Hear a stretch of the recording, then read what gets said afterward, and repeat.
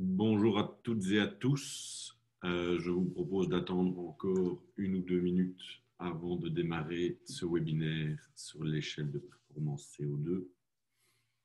Je vois qu'il y a déjà une question dans le chat à laquelle peut-être que mes collègues peuvent m'aider à répondre. La traduction automatique est-elle disponible sur la version web de Zoom? Je ne sais pas si mes collègues en backup savent répondre à cette question. Ça, je dois chercher un petit instant, s'il vous plaît. Voilà, donc spectateur anonyme, merci pour votre question, mais on revient vers vous rapidement.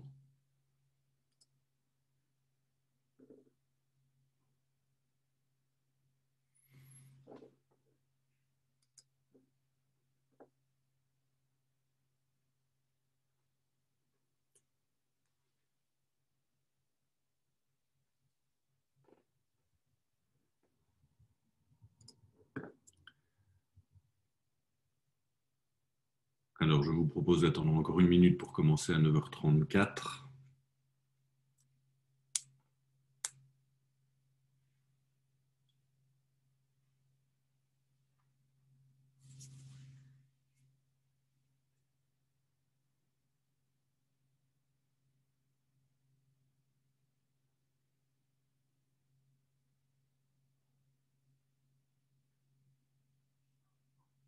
Je vois qu'il y a encore du monde qui arrive.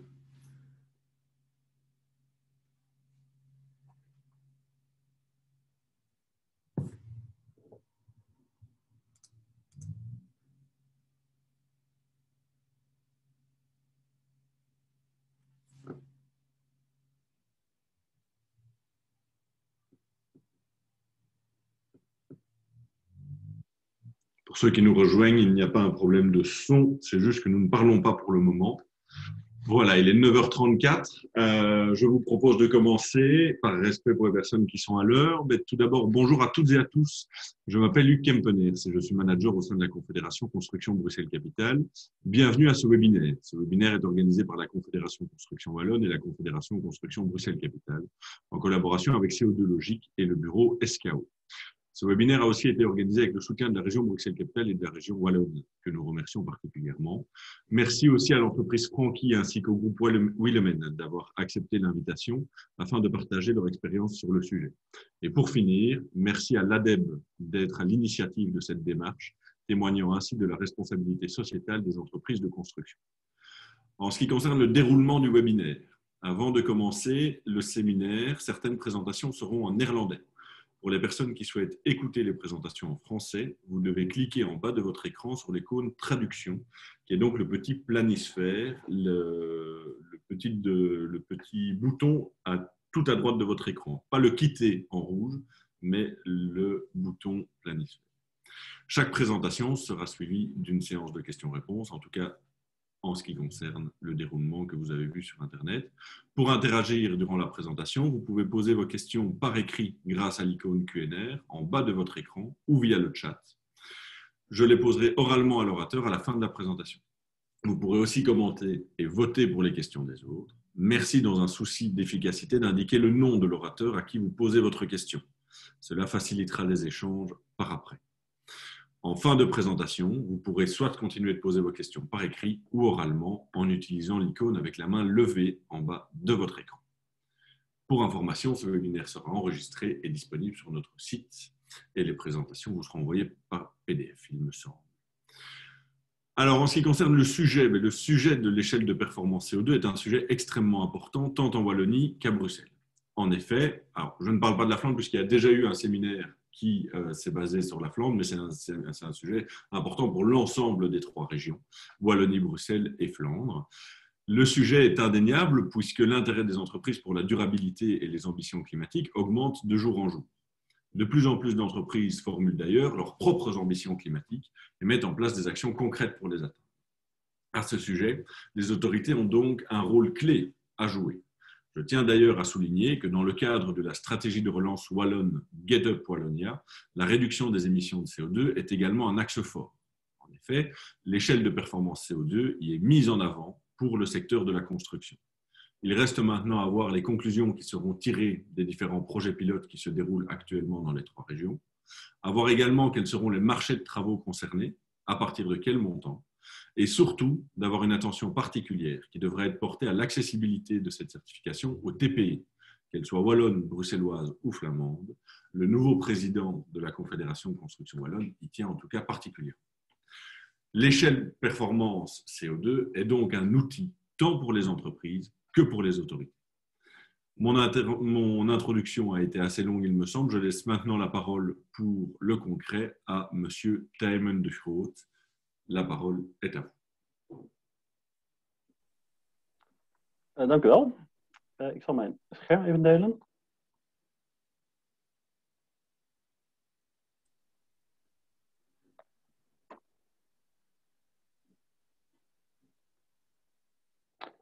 Goedemorgen allemaal. Mijn naam is Tijmen de Groot. Ik werk voor de Stichting Klimaatvriendelijk Aanbesteden en Ondernemen. En ik zal deze presentatie in het Nederlands doen. Ik heb begrepen dat er een tolk beschikbaar is en daar ben ik erg blij om. Mijn Frans is goed genoeg om in een Frans restaurant een bestelling te plaatsen, maar niet om een presentatie te geven. Dus ik zal beginnen. De komende 20 minuten mag ik u meenemen langs de CO2-prestatieladder. Ik zal beginnen met de CO2-prestatieladder, de principes erachter. En ik mag jullie iets vertellen over het succes van de CO2-prestatieladder in Nederland. Wat daar aan bijgedragen heeft. Nou, ik begin even met een kort stukje geschiedenis.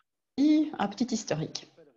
En 2009, nous avons commencé à développer l'échelle de performance. ProRail, une entreprise du rail, s'est mise au travail pour justement développer un outil qui permet de réduire les émissions CO2 au niveau des marchés publics. Cela a duré quelque temps, mais depuis 2010 environ, eh bien, ProRail a appliqué ce principe dans tous les marchés publics.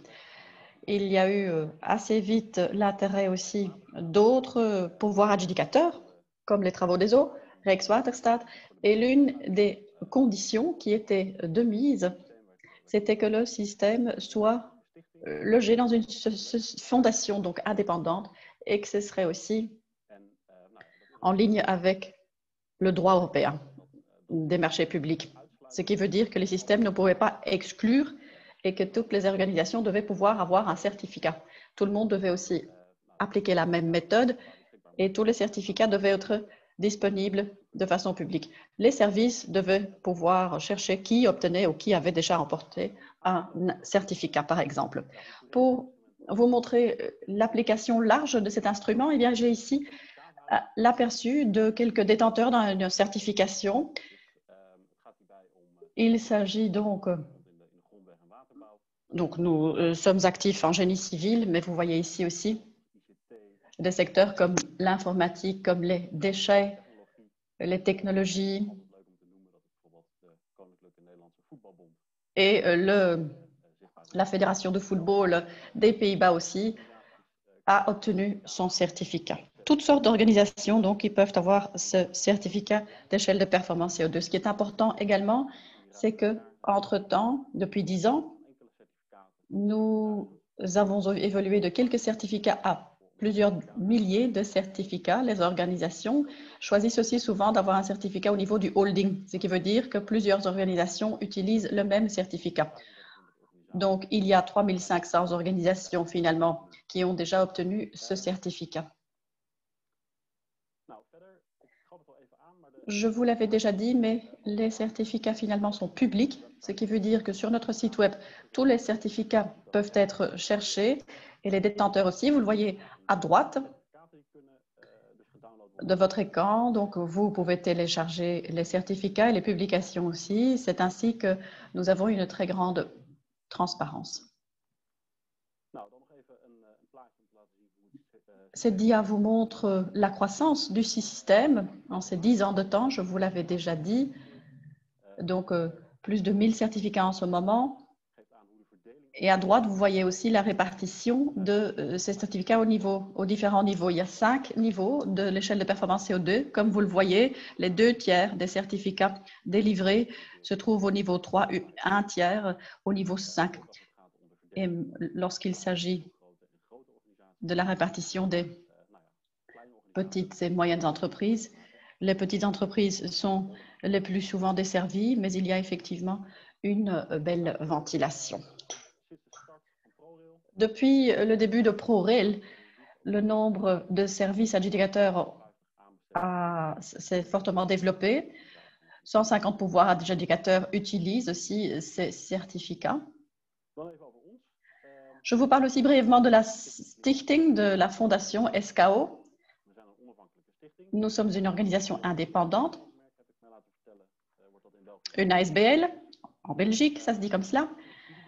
Nous ne sommes pas non plus un bureau d'études, ni un pouvoir public. Nous sommes responsables du développement, du déploiement du schéma de certification, mais aussi de l'instrument d'adjudication. Nous nous occupons également de la recherche, de partage de connaissances, et nous avons tout un réseau d'adjudicateurs et une fonction de helpdesk. Les parties prenantes peuvent donc s'adresser à nous avec toutes leurs questions quant aux instruments.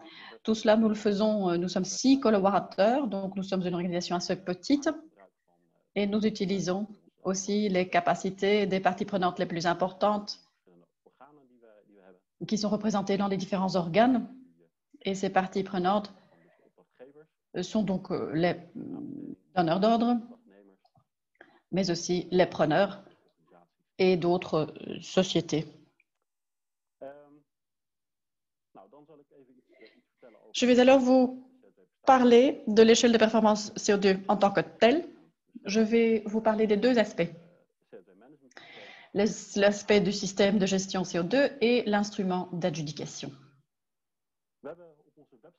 Sur notre site web, nous avons plusieurs animations qui sont disponibles.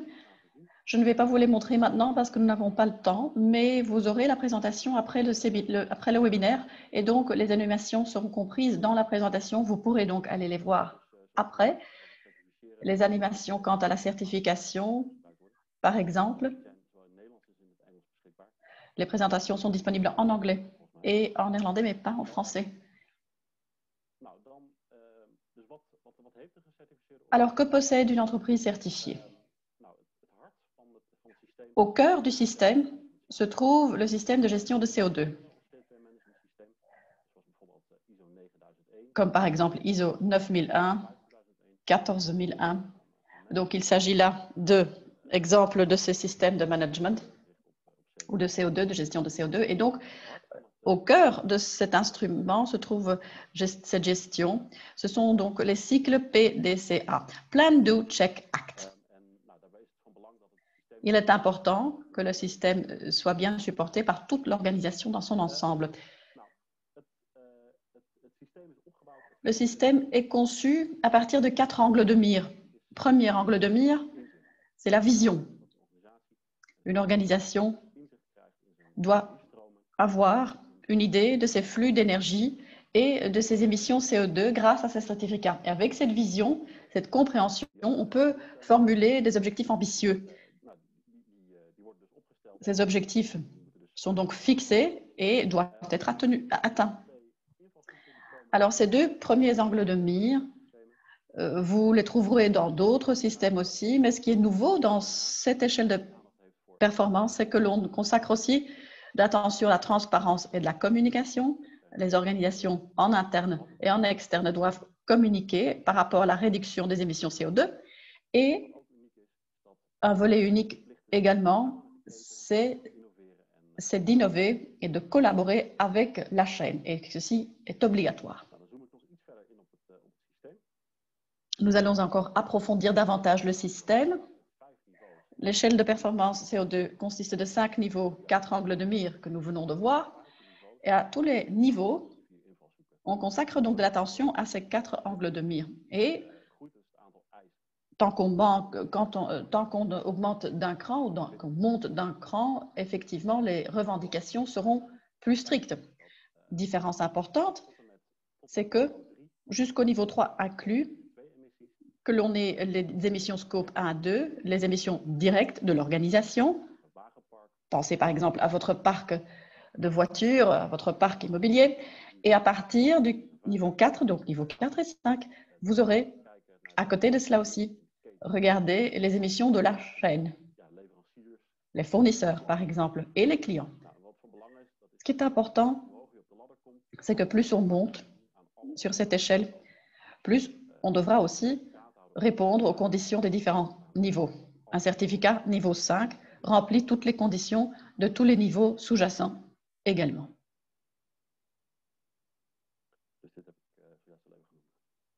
Voilà ce que je viens de vous expliquer pour la DIA.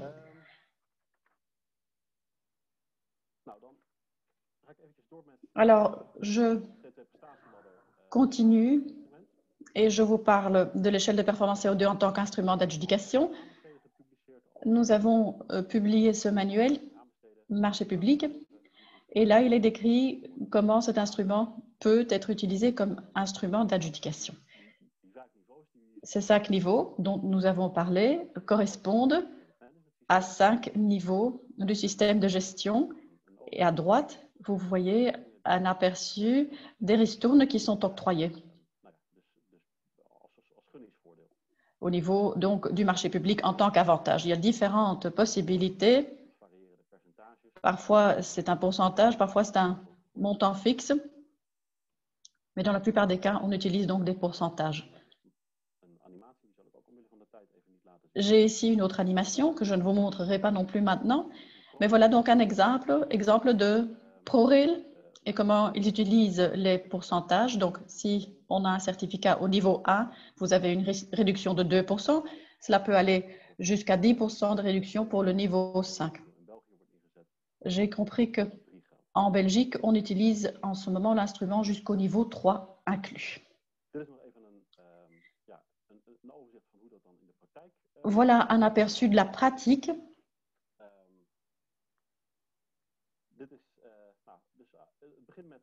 On commence par le maître d'ouvrage qui choisit donc d'utiliser ces systèmes de l'échelle de performance CO2.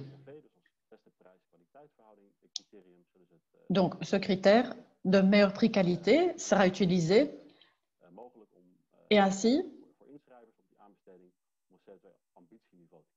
on peut choisir son niveau d'ambition CO2. On peut donc choisir quel niveau d'ambition on vise. Ces niveaux correspondent aux 5 niveaux de l'échelle. Dès qu'on gagne ce marché public, alors ce niveau d'ambition est transposé en revendication de performance. Là, c'est obligatoire aussi de mentionner cette condition dans le contrat d'adjudication. On conseille au service alors de donner 1 an de temps pour démontrer le niveau d'ambition. On peut le faire à l'aide d'un certificat, à l'aide d'une déclaration de projet également. Ainsi, on crée la possibilité pour l'organisation, pour 1 an après l'adjudication, d'avoir ou d'obtenir encore un certificat. Remarque dans la marge, niveau 5 est plus compliqué. Là, il est compliqué d'avoir d'atteindre tous ces objectifs en 1 an parce qu'il y a plus d'objectifs, plus de critères aussi qui sont étalés au long terme, mais en ce moment bien précis, vous ne l'utilisez pas donc encore ce niveau 5 en Belgique. J'ai ici encore un autre exemple pour vous montrer quel est le succès de l'échelle de performance CO2 aux Pays-Bas.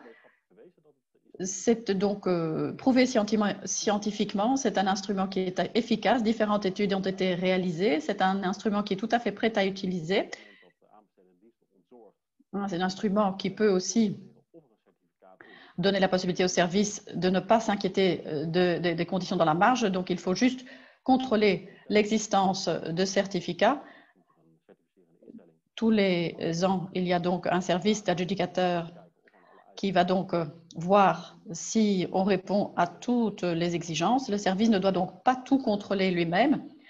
Ce qui est important, il y a 10 ans, lorsque nous avons lancé la chose, il y avait aussi une nouvelle politique qui est lancée aux Pays-Bas et nous avons donc aussi surfé, si vous le voulez, sur cette vague.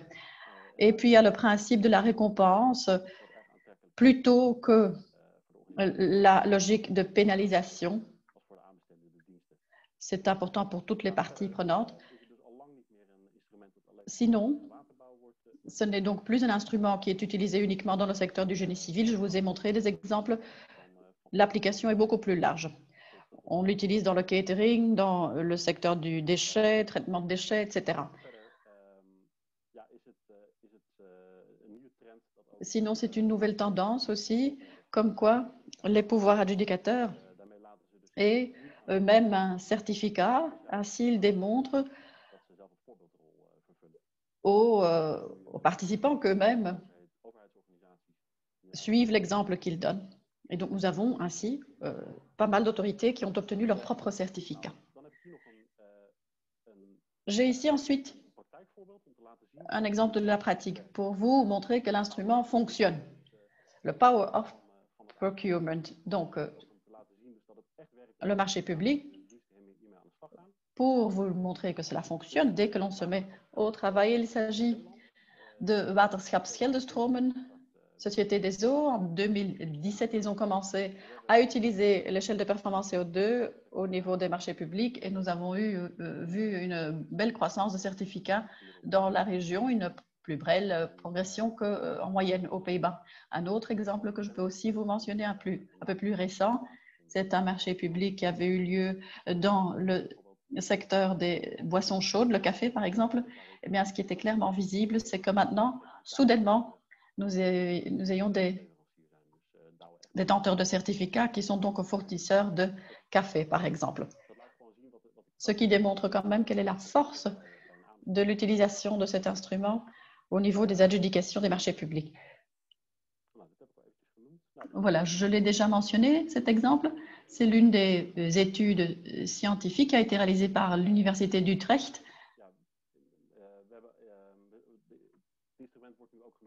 L'instrument est mentionné aussi dans le document officiel stratégique. Les animations, je les passe donc. Et puis, finalement, je voudrais encore vous dire ceci. Nous avons une fonction helpdesk. Nous essayons d'être le plus accessible possible. Nous avons aussi un site web où vous trouverez pas mal d'informations. Le manuel peut être téléchargé. Guide pratique. Nous avons aussi d'autres documents. Guides pratiques, différents guides pratiques d'ailleurs qui sont disponibles sur le site web. Vous pourrez aussi trouver le manuel marché public et les différentes bonnes pratiques qui sont décrites. Voilà, mon conseil, c'est d'aller voir peut-être aussi sur notre site web. Il y a différentes langues. Et si jamais vous avez encore des questions, vous avez ici mes coordonnées. Bien sûr, si vous voulez, prenez contact avec nous.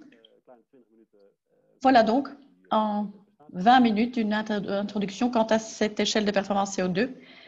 Je donne la parole à Jan Janssen de CO2 Logique. Je vous remercie. Merci beaucoup, Damon. Voilà, bonjour tout le monde. Moi, je suis Yann. Yann Janssen de bureau de consultant CO2 Logique.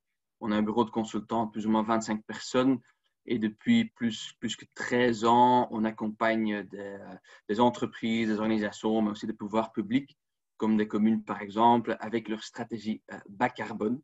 Nous, on fait l'accompagnement depuis quelques années en concernant l'implémentation de l'échelle de performance en Belgique. Et voilà, comme on aimerait bien garder le webinaire assez interactif, on a prévu normalement une petite enquête ici qui devrait se lancer. C'est juste quelques questions pour avoir un peu d'animation et pour avoir un peu de contexte aussi. La première question, la plupart des organisations ont un niveau de 3, 4 ou 5.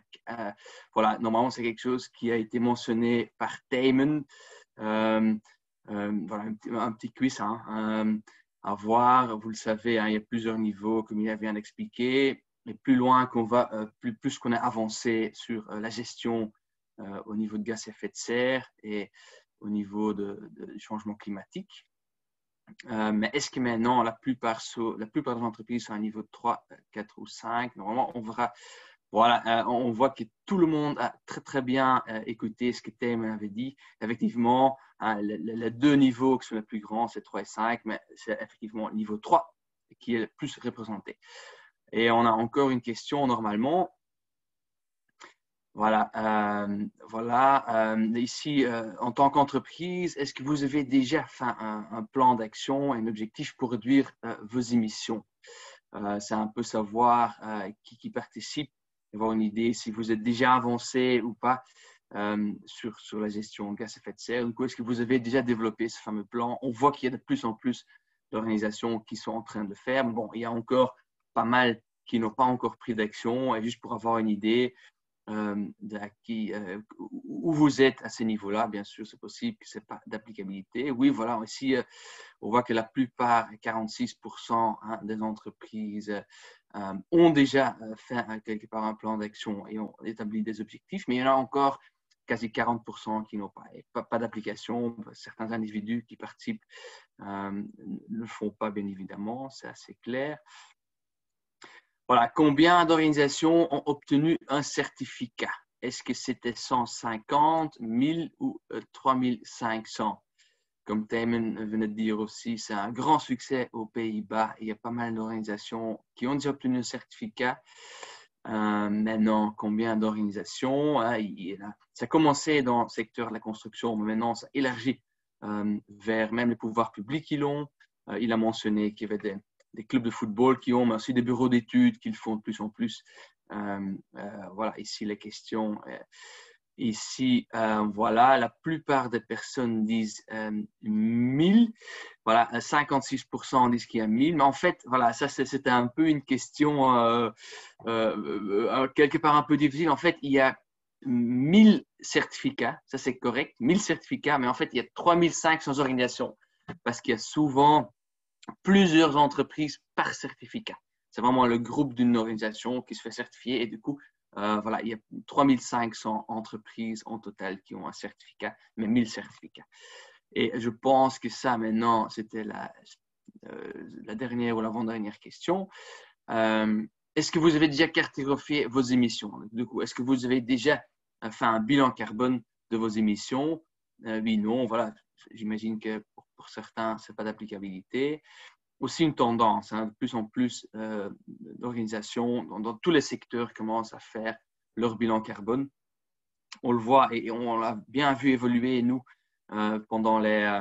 moi, je travaille plus que 10 ans dans le domaine et j'ai bien vu évoluer ça et grandir l'intérêt. Voilà, ici, on voit que la plupart ne l'ont pas encore fait, 46%, et 40% l'a quand même déjà fait. Du coup, c'est quasi voilà, moitié-moitié, mais il y a encore du potentiel, on le voit bien à le faire, mais il y a quand même des entreprises qui ont déjà fait la démarche. Et voilà, ici on arrive vraiment à la dernière question. Est-ce que vous êtes intéressé à l'identification, à la réduction de vos émissions, voilà, à faire un bilan carbone et établir ce plan d'action? Mais évidemment, si vous l'avez déjà fait, ça vous intéresse, j'imagine. Mais quand vous ne l'avez pas encore fait, est-ce que ça vous intéresse, oui ou non?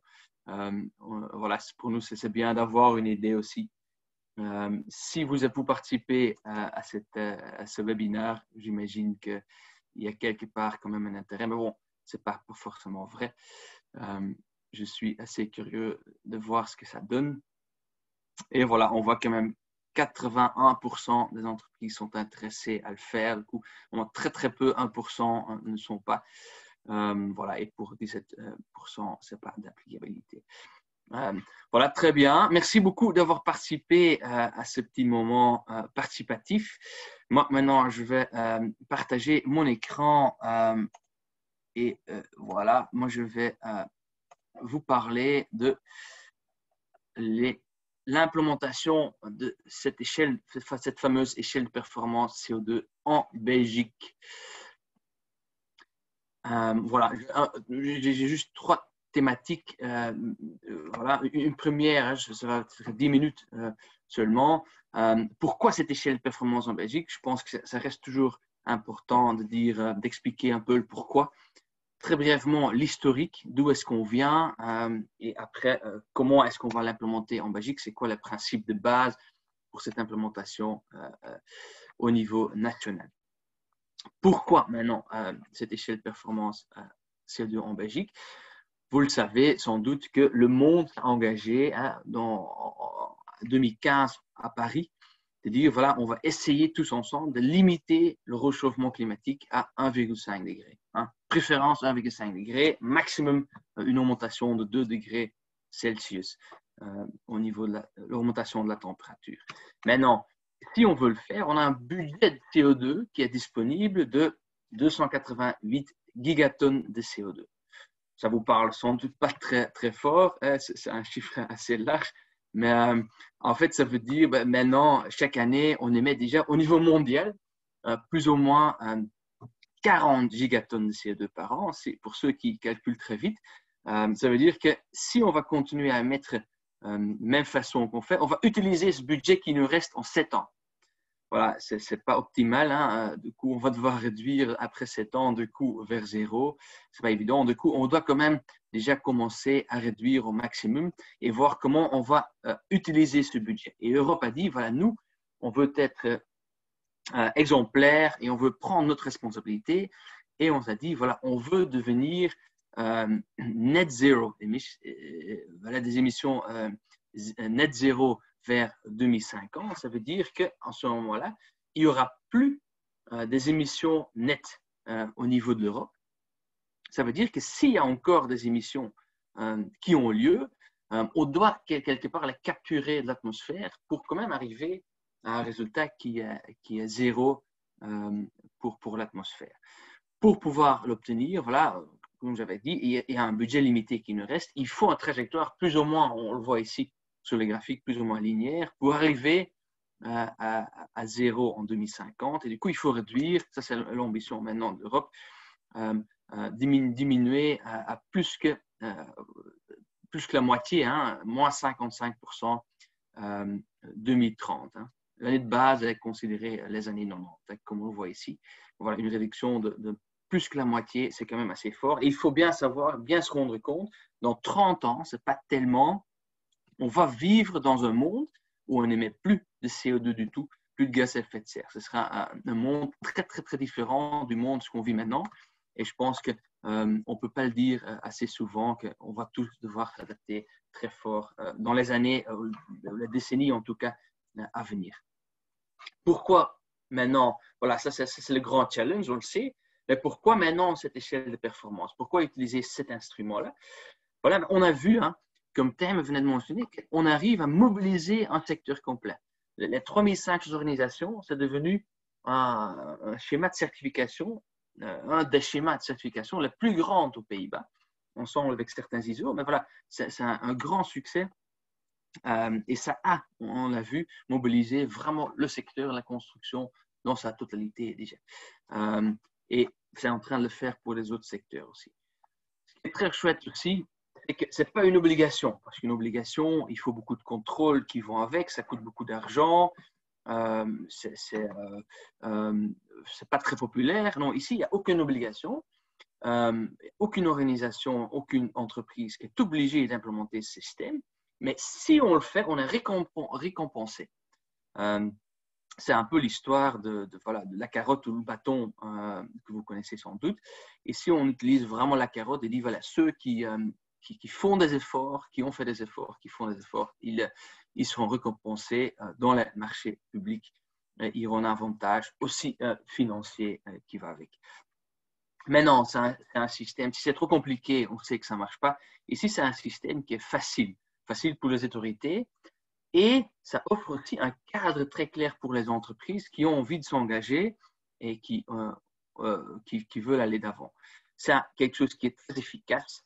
On voit que c'est une étude qui a été faite, que les réductions annuelles sont 3,2% de CO2 par année, de gaz à effet de serre par année.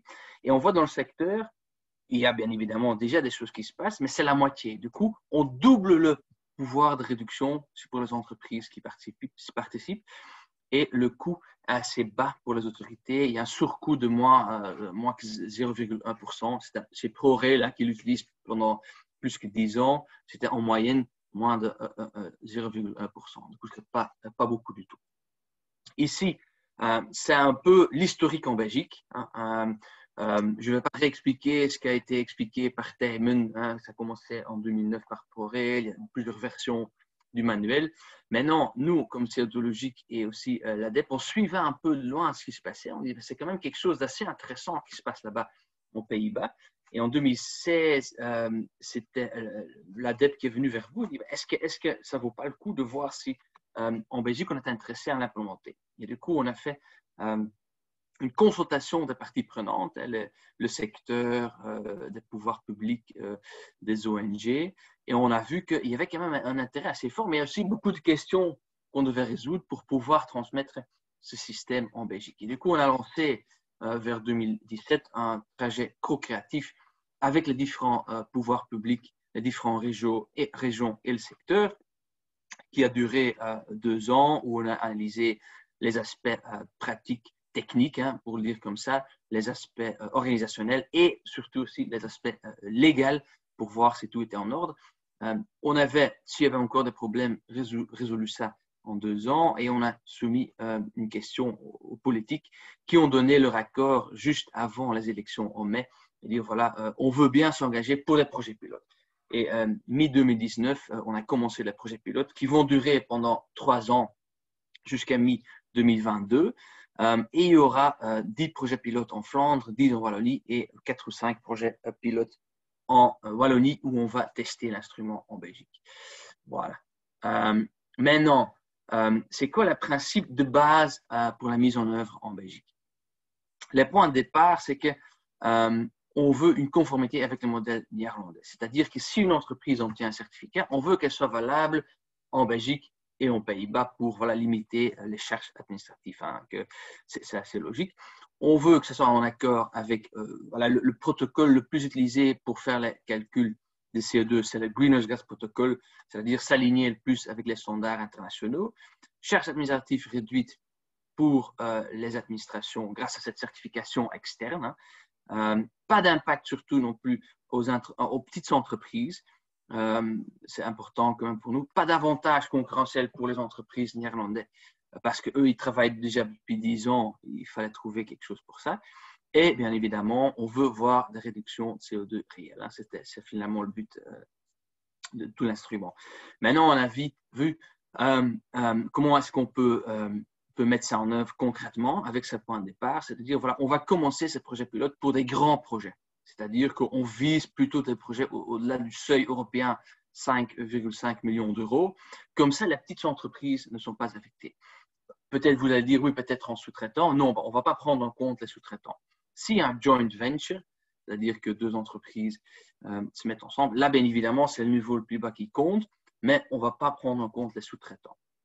Comme ça, voilà, les petites entreprises ont beaucoup plus de temps pour s'adapter.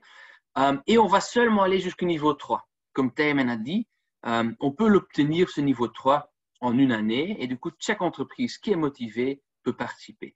Atteindre le niveau 4 ou 5, ça commence à devenir difficile ou sinon impossible à l'obtenir en 1 année. Mais du coup, il n'y a aucun avantage pour les entreprises qui ont déjà niveau 4 ou 5 aux Pays-Bas, mais voilà, pas de fausse compétition à ces niveaux-là. Maintenant, on applique, comme on le fait en Pays-Bas, une réduction virtuelle pour ceux qui ont certains niveaux, ou même on peut fonctionner avec un système de points aussi. En cas de non-respect, il y a une sanction, parce que sinon c'est trop facile de dire que vous allez obtenir un niveau et pas l'avoir après. Non, il faut quand même une pénalité, et la pénalité est 1,5% l'avantage que vous avez eu. Et ce sera BELAC, on a l'accord de BELAC, qui sera responsable pour l'accréditation des organismes de certification en Belgique. C'est important de mentionner. On a déjà des organismes de certification en Belgique, bilingues aussi, qui ont déjà la possibilité de certifier des organisations ou des entreprises en Belgique. Il ne faut du coup pas aller aux Pays-Bas pour le faire. Il y a de plus en plus qui sont en train d'arriver sur ce marché-là. Voilà. Maintenant, voilà, moi je vois que j'ai passé quasiment mon temps, mais il me reste un slide. C'est quoi notre rôle ici? Voilà, notre rôle est quelque part d'informer, d'aider, d'évaluer et de gérer le projet. Informer, il y a le site web en Belgique, l'échelle de performance CO2.be, qui est en 2 langues. Du coup, vous trouvez là-bas en principe toutes les informations dont vous avez besoin, avec le manuel, avec des guides pratiques, etc. On a développé aussi un site facteur d'émission CO2.be où vous trouvez les facteurs d'émission si vous voulez calculer votre bilan en carbone. Et là, vous trouvez quand même des facteurs d'émission récents et crédibles. On organise des séances, infos et webinaires comme on le fait aujourd'hui. on aide des entreprises via des groupes de travail. Hein. C'est un groupe de travail avec pas mal d'entreprises dedans, comme Frankie qui va présenter bientôt aussi. On fait des traductions, on a développé des clauses types qui peuvent être utilisées, on adapte des aspects techniques au contexte belge et, important, on fait un helpdesk et questions-réponses. Du coup, si vous avez une question, n'hésitez pas à me contacter. Vous trouverez mes données de contact à la fin de la présentation. On va évaluer les projets pilotes. Pour l'instant, ceux qui ont déjà eu lieu ont reçu une évaluation positive. Du coup, c'est une bonne nouvelle. Et on gère, bien évidemment, le projet. On représente la Belgique dans les organismes aux Pays-Bas qui font l'outil et qui font évoluer aussi l'outil. Voilà, merci beaucoup pour votre attention. Je vais arrêter de partager. Et maintenant, je donne la parole à Sylvie Lutz, qui est gestionnaire de projets de construction durable pour le service public de Wallonie. Bonjour à tous. Voilà, merci Yann de me donner la parole. Je vais partager mon écran.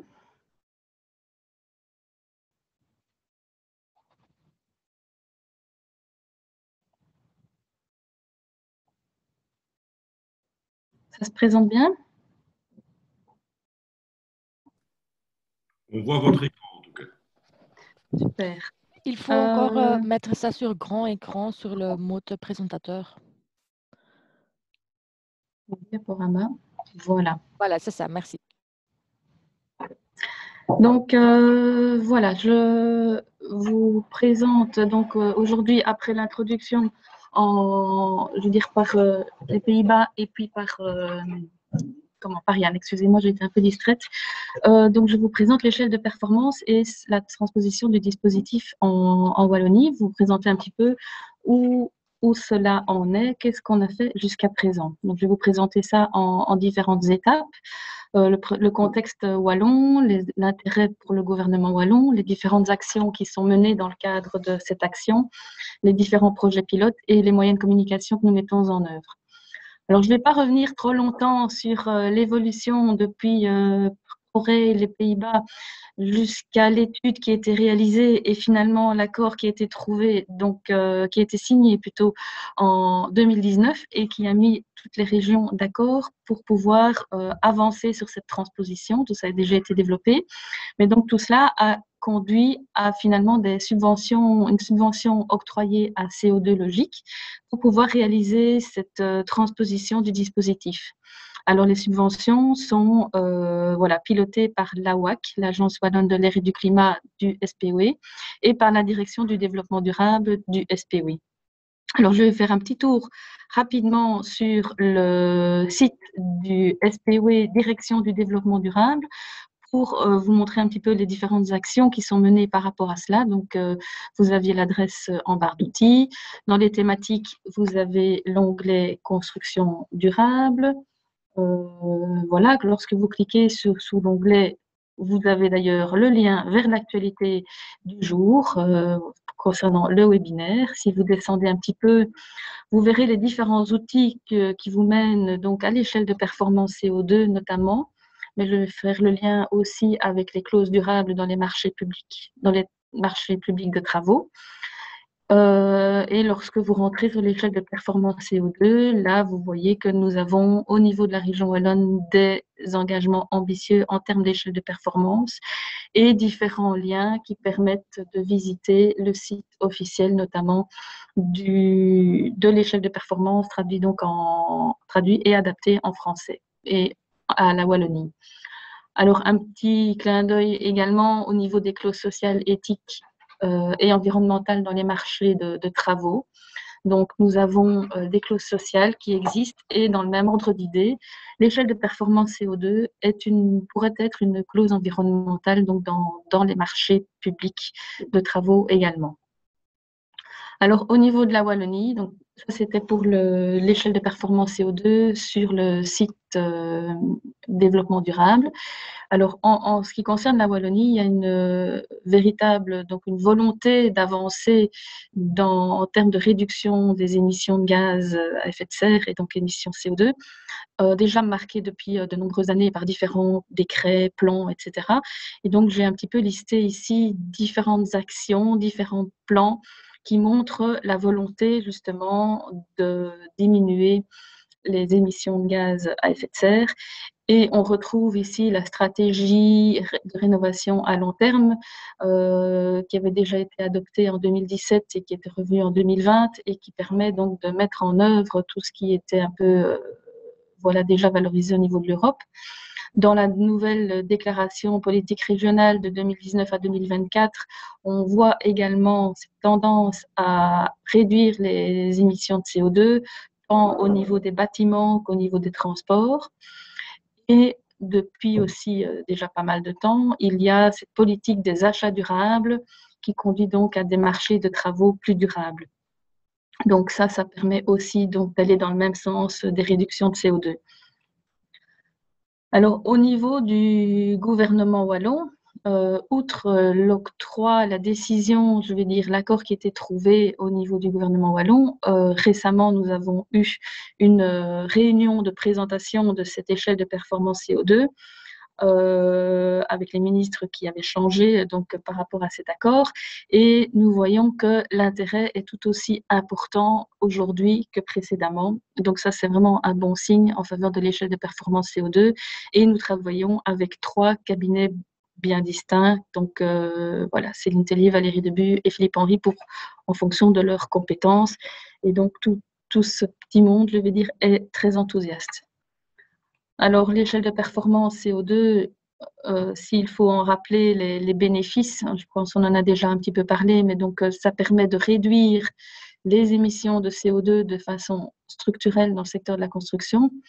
On a vu un effet positif aux Pays-Bas, on espère pouvoir le reproduire en Belgique et en région wallonne. Indirectement, cela va conduire aussi à la lutte contre le dumping social. Alors, cela permet aussi de développer des outils ambitieux à moindre coût pour la Wallonie, puisque finalement, c'est l'avantage aussi de cet outil, c'est qu'il est national, donc se développe tant en Flandre qu'à Bruxelles qu'en Wallonie. Et donc, le même outil, voilà, les frais sont partagés pour le développer au sein de ces 3 régions. Et c'est aussi un gros avantage pour les entreprises que de pouvoir travailler de la même manière sur les 3 régions. On sait que la Belgique est très petite et voilà, donc ça présente aussi pas mal d'avantages à ce niveau-là. Alors, côté pouvoir adjudicateur, c'est aussi assez intéressant. On a déjà expliqué que finalement, c'est un outil assez simple d'utilisation et donc c'est assez facile à l'introduire dans un cahier des charges. Les modèles, les clauses types existent et je ne vais pas dire qu'il n'y a qu'à les copier-coller, mais ce n'est quand même pas très très loin. Et donc, voilà, c'est assez facile à mettre en œuvre. Alors, que faisons-nous en région wallonne par rapport à cela? Suivi des groupes de travail au niveau national et au niveau wallon. On assure la subvention, le suivi de la subvention qui était octroyée à CO2 Logique. Donc, pour rappel, 50% des subsides viennent de la Flandre, 50% des subsides viennent de la Wallonie. Et cela sert à transposer complètement le dispositif, à fournir la documentation ad hoc, donc belge et francophone, donc pour la Wallonie, et donc à développer l'outil. On a aussi pour contribuer à l'élaboration des clauses types, donc comme j'en parlais dans les marchés publics de travaux. Et alors, un morceau sur lequel on travaille beaucoup pour le moment, c'est le développement des projets pilotes.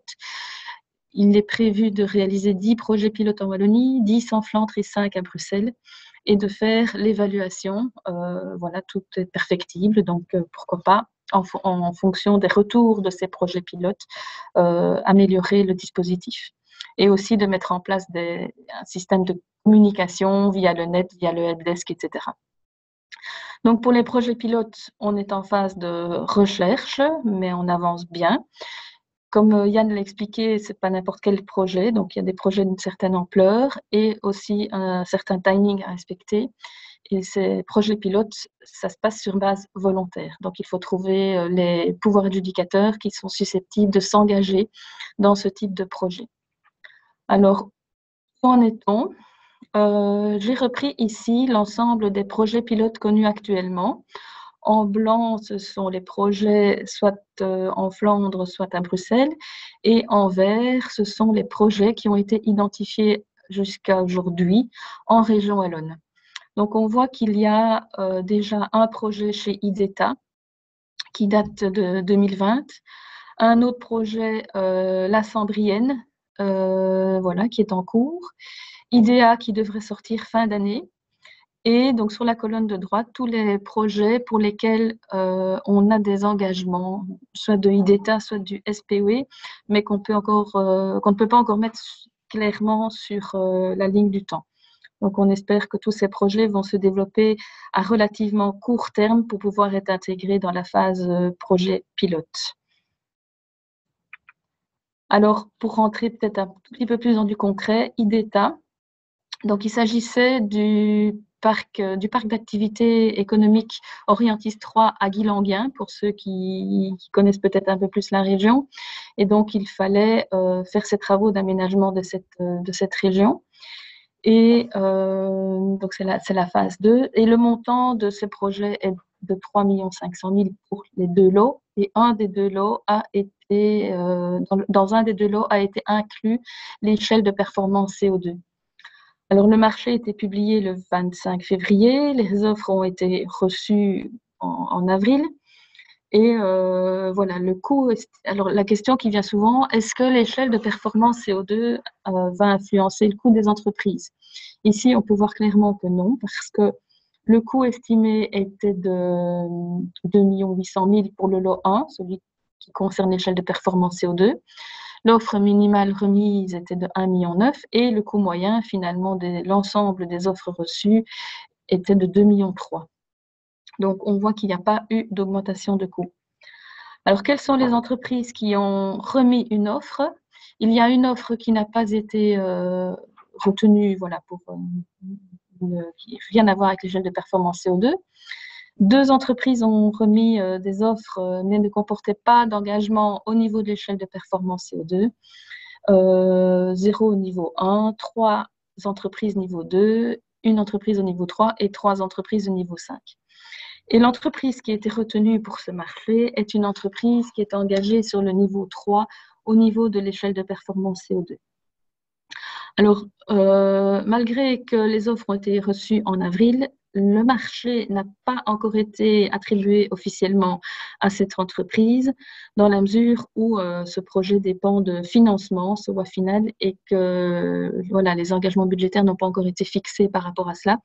Donc, on espère que ça va se décider relativement vite et que l'entreprise pourra commencer ses travaux en juin. Donc, ça, ce sont les perspectives d'aujourd'hui pour le début des travaux. Donc ça, c'était un premier projet. Un autre projet, c'est IDETA PEC Pont-Bleu. Donc là, on se retrouve avec l'aménagement d'un parc d'activités économiques à PEC. Voilà, le montant estimé est de 5 millions. Alors ici, on devrait avoir une publication fin de l'année. Le problème, c'est qu'il y a encore un souci par rapport à l'acquisition de l'ensemble du terrain. Mais voilà, c'est en cours et on espère que ça va avancer assez vite. Et pour information, ce projet dépend aussi d'un financement sous voie finale. La Sambrienne, ça c'est un autre projet donc, qui dépend de la Société Wallonne du Logement, donc dans son sens large. C'est la construction de 85 logements constitués en un seul lot pour un montant de 10 millions. On devra avoir une publication dans le courant du mois d'avril. Et comme il s'agit d'un projet design and build, la date de remise des offres risque de prendre un petit peu plus de temps, mais ce sera une autre façon d'aborder les choses. Et donc, on devrait avoir, en tous les cas, fin de l'année, pouvoir attribuer le marché. Alors, une autre intercommunale que nous avions sollicitée IDEA, qui est en phase de rénovation de la station d'épuration de Wamuel. Alors, c'est un dossier qui était inscrit dans le cadre de la SPGE, donc voilà, c'est un dossier important pour IDEA. Le montant est de 8 millions. Et donc ici, ils ont fonctionné non pas au niveau de l'attribution du prix, mais ils fonctionnent sur l'échelle de performance CO2 est insérée en critère d'attribution au niveau du cahier des charges.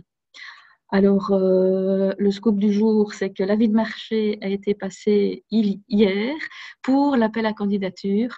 Et dans cet appel à candidature est mentionné le fait qu'il y aura un recours à l'échelle de performance CO2. Alors, voilà, au-delà de cet appel à candidature, il faudra d'abord que l'étude d'orientation se termine avant de pouvoir réaliser un cahier des charges plus complet et de le publier. Mais on espère quand même que le deuxième semestre de cette année, ce sera en route. En ce qui concerne donc les projets SPW qui sont en attente, voilà, il y a 6 projets qui sont donc en préparation, avec des montants variant entre 4 et 10 millions. Voilà, l'estimation actuelle est de pouvoir publier ces projets en 2021. Voilà, et de voir un petit peu comment les entreprises vont pouvoir y répondre. On espère très favorablement. Donc, à ce niveau-là, les choses suivent leur cours gentiment et ça nous fera donc à ce moment-là 10 projets au total pour la région wallonne. Évidemment, nous sommes toujours ouverts à candidature dans le cadre de ces marchés pilotes. Alors, que fait-on également? Bien, on travaille en termes de communication par rapport aux intercommunales. On a travaillé, donc on les a rencontrés collectivement. On a travaillé de façon indirecte avec les villes et les communes parce que nous avons réalisé une enquête sur les clauses environnementales. Et dans cette enquête, on mentionnait clairement l'utilisation de l'échelle de performance. Donc, l'idée est de voir s'ils l'utilisaient ou pas. On a également régulièrement des contacts avec le secteur et on réalise des séances d'information à la demande et notamment ici aux porteurs de projets SPW, nous avons fait une présentation assez explicite puisque ça reprenait quand même pas mal de projets en collaboration avec CO2 Logique. Voilà un petit peu où on en est. Donc, vous avez le lien vers l'échelle de performance CO2 et les documents disponibles donc, sur le lien Internet ici et d'autres infos sur les autres liens Internet. Voilà, donc cela se fait en collaboration avec la WAC et donc moi-même. Si vous avez des questions, n'hésitez pas à les mettre dans le chat. Nous sommes disponibles. Un tout grand merci pour ces 3 présentations. On a 5 minutes pour des questions-réponses et je vois qu'il y en a déjà beaucoup des questions, donc je vais essayer de les sélectionner. Celles qui ne seront pas répondues à la première vague seront répondues lors de la seconde. Une question pour rebondir sur votre présentation, Madame Lout. Le bilan carbone des projets pilotes se fait-il au niveau de l'entreprise de construction ou du projet? Alors, on travaille plus spécifiquement au niveau de l'entreprise, mais au niveau de l'entreprise, cela comprend l'approche des projets en général, mais pas projet par projet. Donc ça, c'est la méthode la plus couramment utilisée. Il est possible aussi de faire ce bilan carbone au niveau même d'un projet, d'un chantier bien particulier, mais ça obligerait l'entreprise peut-être à recommencer pour chacun des chantiers. Maintenant, dans le cas d'une association momentanée, ça vaut peut-être la peine de passer par cette étape-là. D'accord. Merci. Alors, nous avons une autre question de la part d'un spectateur anonyme qui était la première, qui dit: que se passe-t-il si, en cours de contrat, l'adjudicataire ne répond plus aux exigences de certificat? Alors, il y a des pénalités qui sont prévues. Donc, tous les ans, il y a un contrôle de l'état de l'entreprise par rapport à son échelle de performance CO2. Et s'il y a des manquements, il y a des pénalités financières qui sont prévues. Voilà, c'est explicitement mentionné dans le cahier des charges, pénalités et amendes. Il y a un chapitre réservé à cela. Voilà, je peux rentrer plus dans les détails, mais je ne sais pas si c'est l'objet ici voilà, d'aller plus loin. On peut revenir à la helpdesk. On a une question pour Yann. Quels sont les certificateurs déjà reconnus? Ouais, merci. Pour l'instant, il y a CoPro et Bureau Veritas qui ont déjà des certificateurs qui sont en route. Et il y a Vinsot et BCCA aussi qui l'auront relativement bientôt, je pense. Mais ça, ce sont ceux qui sont les plus avancés. Super, merci. Alors, il y a une question de Frédéric Tourné. Pour le SPE, c'est CO2 logique, voire même pour la Fondation SKO. Je comprends que l'échelle CO2 s'applique davantage au marché public qu'au secteur privé. Ce distinctif existe-t-il toujours aux Pays-Bas, qui est plus avancé, ou voit-on émerger des acteurs privés dans cette démarche? Si oui, pouvez-vous donner des exemples concrets? Je ne sais pas si Tijmen... Neem aan dat hij... Ja, doe maar Tijmen. Ja. Aan wie is die vraag gericht? Ja, vooral aan u, denk ik. Hè. Dus, heb je goed Cette begrepen? question est pour qui? C'est surtout pour toi, Thème. Je pense que oui. Donc, il s'agit de la distinction entre public et privé pour des personnes qui ont des certificats. Oui, et si le marché privé commence à graduellement utiliser cet instrument? Oui. Bon, tant que nous pouvons le voir, c'est surtout utilisé dans le secteur public. Donc, ça, c'est déjà l'aspect que je peux vous dire. Mais est-ce que vous avez des exemples d'entreprises privées qui l'utilisent également? Tant que je sache, non. Mais je dois vous dire que nous n'avons pas toutes les aperçus non plus. Donc, je peux me l'imaginer, mais je n'ai pas d'exemple concret. Super, merci. Une autre question pratique pour Yann. Quel est le prix pour les entreprises souhaitant avoir un certificat? Voilà, oui, je pense que le prix dépend très fort de la taille de l'entreprise et de ce qu'il faut mettre en place, bien évidemment. Mais je peux vous expliquer les différents coûts qui vont être d'applicabilité. Et premier coût, c'est pour avoir le certificat, il faut payer quelque part une fee pour SKO annuelle. Qui va de 80 € pour un indépendant, qui n'est pas beaucoup, jusqu'à 2000, plus que 2000 pour les entreprises, jusqu'à 500 millions d'euros de chiffre d'affaires. C'est vraiment par étape. Hein, du coup, une petite entreprise va payer 200 €, etc. Tu vois, je ne connais pas tout par cœur, mais et pour les plus grandes entreprises, c'est vraiment plus que 500 millions d'euros. Je pense que c'est plus que 7000 € qu'ils doivent payer. Mais voilà, c'est vraiment en fonction de la taille. Mais ça, c'est un premier coût.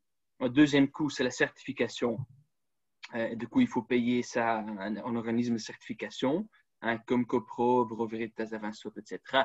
Et là, en général, ça dépend un petit peu aussi de la taille de l'entreprise. C'est quelques journées d'audit qu'ils vont devoir faire. Voilà, c'est quelques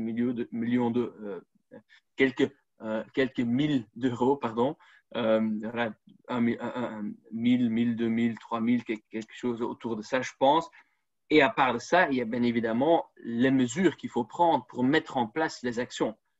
Mais ces actions, si vous mettez en place un plan d'action équilibré, ça veut dire que vous allez peut-être économiser plus de ce que ça va vous coûter. Certaines mesures de réduction vont coûter un peu d'argent, mais il y a des autres qui vont vous économiser en énergie et du coup, il y aura un retour assez favorable. Et le temps que vous passez à mettre en place ce système, à développer ce système en interne. Et possiblement, mais ça, c'est un choix. Un coût nous, on fait des accompagnements, un coût pour un consultant qui va vous aider peut-être à le mettre en place. Mais ça, ce sont plus ou moins les différents postes, si je ne me trompe pas, pour une entreprise au niveau de coût. Mais du coup, ça va vraiment d'une totalité pour une petite entreprise de quelques 1000 €, hein, 5000 €, 6000 € pour une petite entreprise, à peut-être quelques dizaines de milliers d'euros pour une grande entreprise. Merci beaucoup. Je vous en propose une dernière avant de passer à l'intervention de M. Van den Berg. Donc une question d'Éric Vlouberg. La prise en compte de l'échelle de performance comme critère d'attribution d'un marché public est-elle légalement admissible? N'est-ce pas plutôt une exigence de sélection qualitative à traiter de manière distincte? Je ne sais pas si certains d'entre vous peuvent y répondre. Ça ne s'adresse pas à une personne en particulier? voilà, je ne vois pas en quoi on ne pourrait pas utiliser l'échelle de performance CO2 en tant que critère d'attribution. Si vous décidez d'attribuer 10% des points à ce critère, voilà, je ne suis pas juriste, mais je ne vois pas de limite légale par rapport à cela. Alors actuellement, je n'ai pas de cas encore concret qui a été validé, mais en tous les cas, qui a été validé et qui a été plutôt publié. Mais en tous les cas, c'est l'option de IDEA, qui, j'imagine, a une armada de juristes autour d'elle et au niveau de cette intercommunale. Et donc, à ce niveau-là, c'est comme dans ce sens-là que le cahier des charges, même s'il n'a pas encore été publié, a été rédigé. Donc, je suppose que légalement, ça tient la route et je ne vois pas, en tous les cas, ce qui pourrait à ce stade-ci en empêcher. Mais je suis preneuse d'avis contraire si c'était le cas. Ouais. Mais juste pour compléter, hein, voilà, on a fait avec un groupe de travail juridique, hein, avec plusieurs juristes. On a analysé ça pendant 2 ans, toutes les options. Et en fait, ici, comme critère d'attribution, c'est le meilleur rapport qualité-prix qui est clairement quelque chose qu'on peut utiliser. Et du coup, c'est tout à fait légal d'utiliser ça comme un critère d'attribution et de dire, voilà, dans la partie, on ne va pas juger seulement sur la partie prix, mais aussi sur la partie qualité. Et un aspect de durabilité est quelque chose qui est considéré comme un aspect de qualité. Et du coup, on peut l'intégrer de telle manière sans problème. Et du coup, c'est quelque chose qui est utilisé aussi souvent aux Pays-Bas.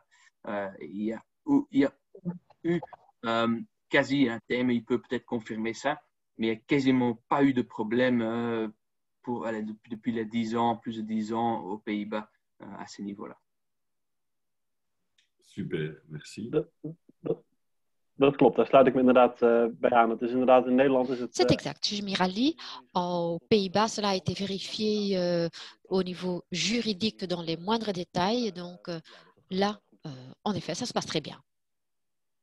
Merci beaucoup. Pour ne pas prendre de retard sur le planning, je vous propose de donner la parole à l'entreprise Francky du groupe Willemen pour un cas concret et on reviendra aux autres questions qui n'ont pas encore été répondues dans la deuxième séance de questions-réponses. Monsieur Vandenberg, je vous donne la parole. Goedemorgen iedereen. Ik ga eventjes mijn scherm delen. Bonjour tout le monde, je vais faire un partage d'écran.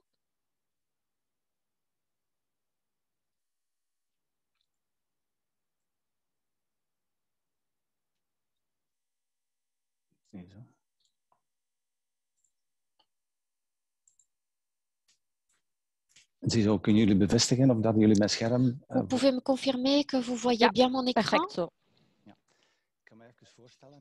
Voilà, je me présente, je suis Frankie Vandenberg, je travaille chez Frankie Construct.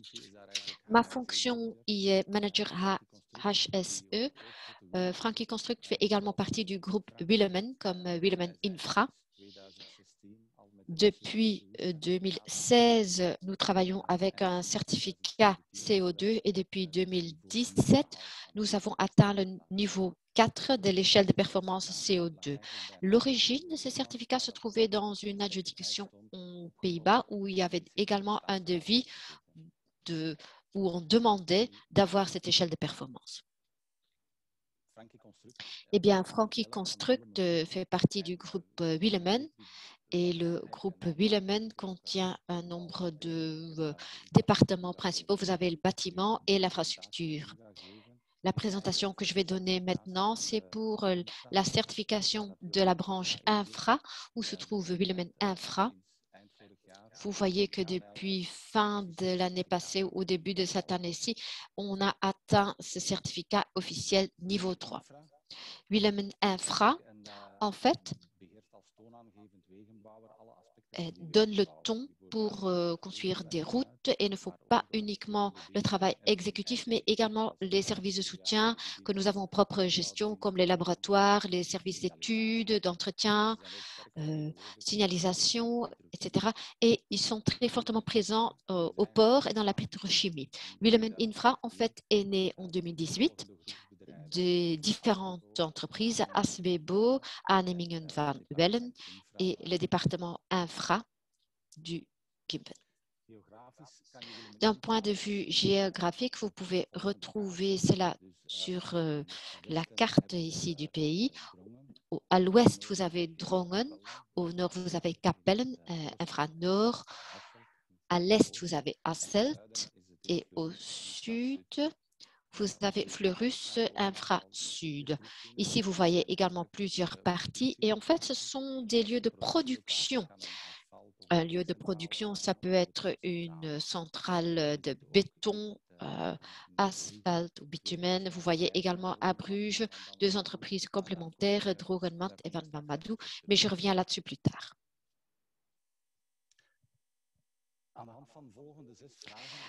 Sur base des prochaines questions, je voudrais vous expliquer l'image de comment nous avons fait cela au sein du groupe. Donc, comment est-ce que nous avons organisé cela? Comment est-ce que nous avons fait cette collection de données? Puis, comment est-ce que nous avons lancé les actions, concrètement déterminé un objectif? Et comment est-ce que nos procédures et checks internes ont été faits? Et en fin de compte, comment est-ce que l'audit a été fait? Comme Themen avait déjà mentionné au début de la présentation, en fait, vous avez cette échelle de performance avec 5 niveaux.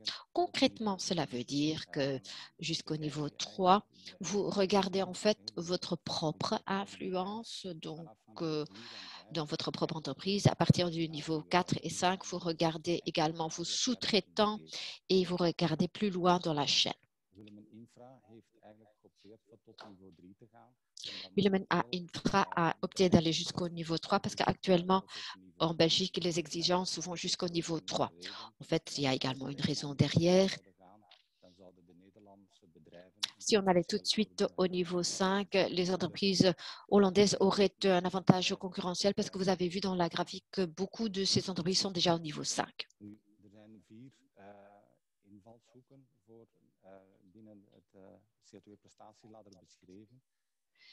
Alors, vous avez ici la description de ces différents angles. Là, vous avez l'aperçu, la réduction, la transparence et la participation. Donc, voilà, je vais regarder en détail chacun de ces 4 pour vous esquisser en quoi ça consiste. Alors, c'est quoi cette vision? En fait, nous devons inventoriser tous nos flux d'énergie. Nous devons faire un inventaire des émissions.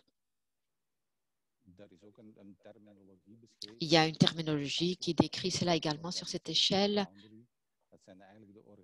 Et là, vous avez les différentes limites au niveau organisationnel où différents systèmes sont décrits de comment il faut s'y prendre. Pour Willemen Infra, nous avons utilisé la méthode latérale et en fait, vous devez faire une analyse d'input. Dès que vous avez plus de 5% d'influence sur cette entreprise, vous devez l'intégrer dans votre empreinte carbone. Là, vous avez un petit résumé de cet exercice qui a été fait. Je n'ai pas repris tous les chiffres, mais vous voyez un nombre d'entreprises comme Kumpen, Technique de rénovation, Finance et Tools. Et grâce à cet exercice, il dépasse les 5%, mais vu qu'il se trouve déjà sous un autre certificat, le certificat de Frankie Construct, qui est également à un niveau supérieur, ceux-ci n'ont pas été repris dans l'empreinte carbone de Willemen Infra. Van Mamadou et Mobilmat, c'était les 2 entreprises à Bruges, ont été intégrées. Van Mamadou fait les transports spécifiquement pour la construction des routes et Mobilmat est une entreprise qui produit du bitumen. Ascoville se trouve dans la 2e colonne comme une entreprise qui ne fait pas partie du groupe, mais Willemen Infra a bien une participation de 55% sur cette centrale de bitumen. Donc, nous intégrons cela également pour leur partie, mais pas entièrement comme entreprise. Donc, ce ne sera pas mentionné sur le certificat non plus. Alors, comment avons-nous collecté nos données? Pour inventoriser ces flux d'énergie, on utilise le protocole Greenhouse Gas. Et en fait, ce protocole des gaz à effet de serre, Greenhouse Gas, répartit cela en 3 scopes. Scope 1, ce sont les sources d'émissions directes qui sont émises par Willemin Infra, par exemple le parc automobile, consommation de gaz propre, de chaleur, des carburants, des centrales, du mazout, ça peut être des groupes ou des générateurs et des machines sur les chantiers. Les émissions au groupe 2 sont des émissions indirectes, principalement l'électricité, si c'est une électricité grise, mais je vous donne plus d'infos à ce sujet plus tard. Et le troisième scope, le scope 3, ce sont toutes les autres sources d'émissions indirectes, mais pour l'échelle des performances CO2, on regarde uniquement les voyages d'affaires. En résumé, sur base de la structure de notre organisation, nous avons donc une liste de nos émissions. Nous remplissons ces unités de cette période rapportée. Ça peut être kilowattheure, mètre, kilomètre, qui est multiplié par un facteur d'émission que vous pouvez retrouver sur le site web www.facteurdémission.be ou .nl. Lorsqu'on calcule cette empreinte digitale et lorsqu'on tire des rapports, en fait, on peut faire ça de différentes manières. Vous pouvez faire ça facilement dans un fichier Excel où vous pouvez gérer ces données et mettre tout ensemble, mais vous pouvez également faire appel à des paquets externes ou en ligne comme des Smart Trackers. En haut à droite, vous voyez là une image. Nous avons opté ici spécifiquement pour Willemin Infra de travailler avec des Smart Trackers parce que Willemin Infra a une structure assez compliquée et l'avantage en est que là, nous pouvons également faire nos audits internes et faire la gestion. On peut également avoir des annexes de vos factures d'énergie que vous pouvez charger vers le serveur.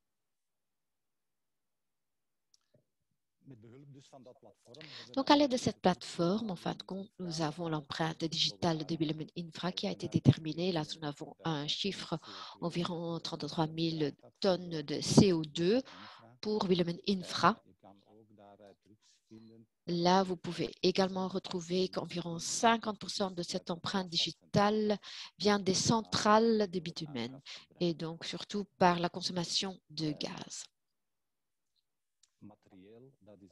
Le matériel, là, c'est le mazout consommé par nos machines et nos groupes. Et pour les véhicules d'entreprise, en fait, pour la majorité, c'est le diesel. Ici, vous voyez donc un petit graphique en forme de tarte du groupe entier de Willemin de comment cette empreinte carbone a été distribuée. Et vous voyez là des 42 tonnes de CO2, environ 80% vient de la branche infra de Willemin, où cette centrale reprend environ 50%.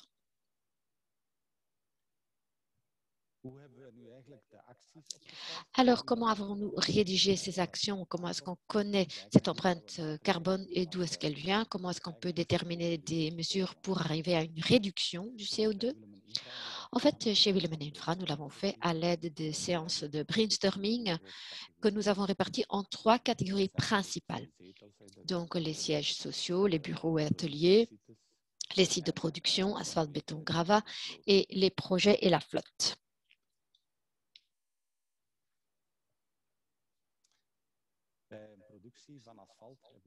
Pour une production d'asphalte, en fait, on s'est basé sur les études des meilleures techniques disponibles où chaque centrale est repris dans la liste sur base de certaines performances au niveau énergie.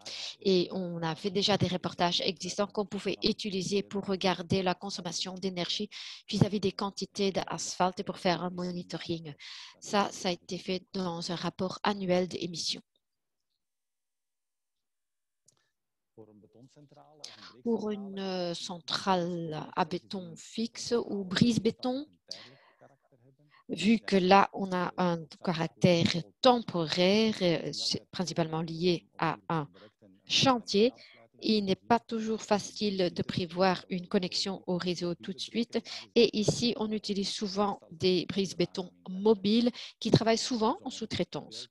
Donc, pour avoir une bonne vue sur la consommation exacte en énergie et pour pouvoir faire des économies, nous devons commencer à faire des registrations séparées. Le potentiel de réduction dans les agences dépend un peu d'où vient l'origine, si c'est un local qui est loué ou qui nous appartient. Dans notre bâtiment le plus récent, c'est à Hasselt, qu'on a occupé en 2019 et où les dernières technologies sont déjà disponibles. Donc, en principe, pour chaque agence, on fait un scan d'énergie où on va regarder des quick wins à moyen long terme et à long terme.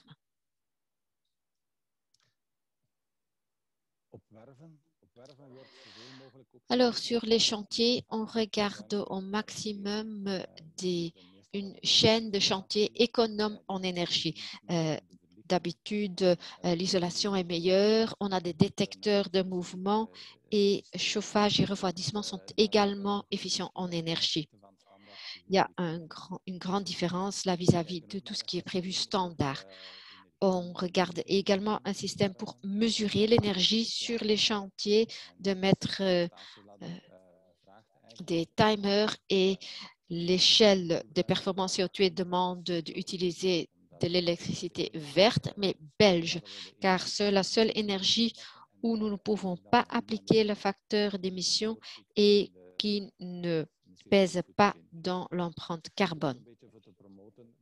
Ça, c'est également pour promouvoir que les fournisseurs d'énergie investissent en nouvelles technologies renouvelables.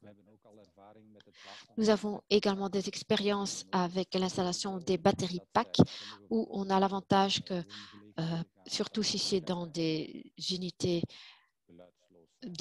où des gens habitent, qu'il n'y a aucun bruit. Au niveau mobilité, la consommation des véhicules est monitorée vis-à-vis de la consommation réelle.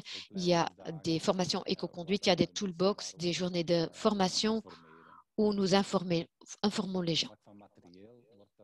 Au niveau matériel, on regarde l'achat des machines qui sont plus économes en énergie, électrification d'un maximum de machines et heures d'arrêt, rotation, etc. Tout est repris dans le monitoring. Ce qui est encore au niveau mobilité, vous pouvez voir là également pour votre personnel qui ne doivent pas faire des déplacements trop importants. L'offre en véhicules verts augmente également dans notre flotte. Donc, d'habitude, c'est des hybrides, des CNG et de plus en plus des électriques. Le nombre de points de chargement dans nos agences augmente aussi systématiquement. Également, les pressions des pneus, c'est une bonne manière de diminuer votre consommation. Si vous avez la bonne tension et la politique en télétravail qui est active dans notre groupe aide aussi. En effet, les gens peuvent travailler à distance, pas uniquement à la maison, mais également sur un autre site. Voilà, maintenant nous avons déterminé notre objectif. Dès que les actions ont été déterminées, on regarde quel effet auront ces actions sur l'empreinte carbone et c'est là qu'une espèce de réduction surgit.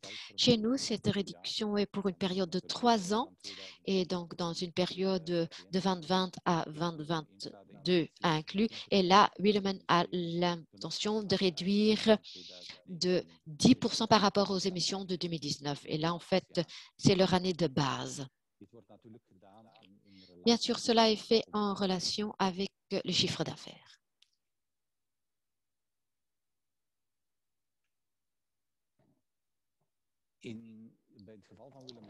Dans le cas de Willeman Infra, la plupart de cette réduction est attendue grâce à la conversion en énergie verte belge. Ça dépend du fournisseur aussi. On a une énergie verte, mais ce n'est pas encore toute belge. Et donc, avec ces optimisations de ces études BBT et l'application de plus en plus de projets de asphalte à basse température, nous pouvons avoir une réduction significative. Notre optimisation de notre département logistique a également une influence et le fait d'utiliser au maximum les connexions en électricité peut nous faire obtenir une réduction. Alors, comment est-ce que nous avons rédigé ces procédures et ces contrôles? Comme Thème a déjà indiqué dans la première présentation, il y a là un système de Plan, Do, Act dans cette échelle de performance COD. Et grâce à ce système, il est également possible de lier cela à d'autres systèmes. Nous avons lié cela, par exemple, à notre système ISO 14000 où il y a une analyse d'aspect environnement. Et cette analyse est liée à l'énergie et la mobilité. Cela fait en sorte à ce que vous pouvez avoir un plan d'action concret au niveau énergie. D'autres éléments qui, grâce à un plan do act système, peuvent être gérés de manière chapeautante, c'est que nous faisons des audits en interne et surtout la gestion peut être faite au niveau central. La communication, c'est également un point très important. La communication doit être faite au niveau de votre énergie. Il y a certaines communications obligatoires qui sont fixées dans le système, mais je vais approfondir cela dans la diapo suivante.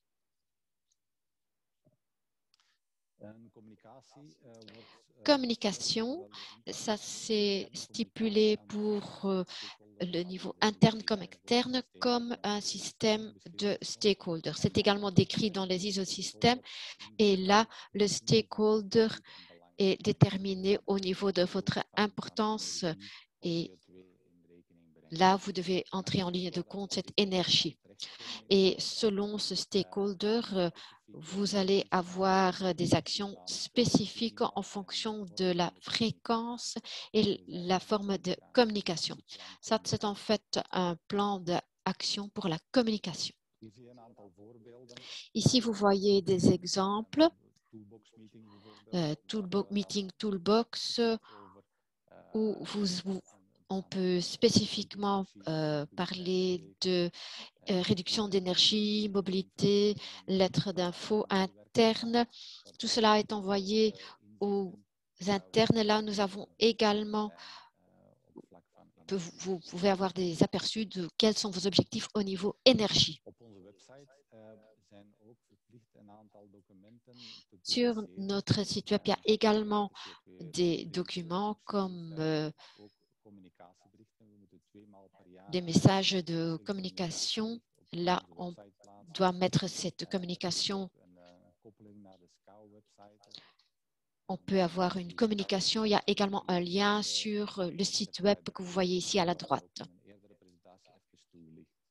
Et ça, on a déjà élucidé dans une autre présentation précédente.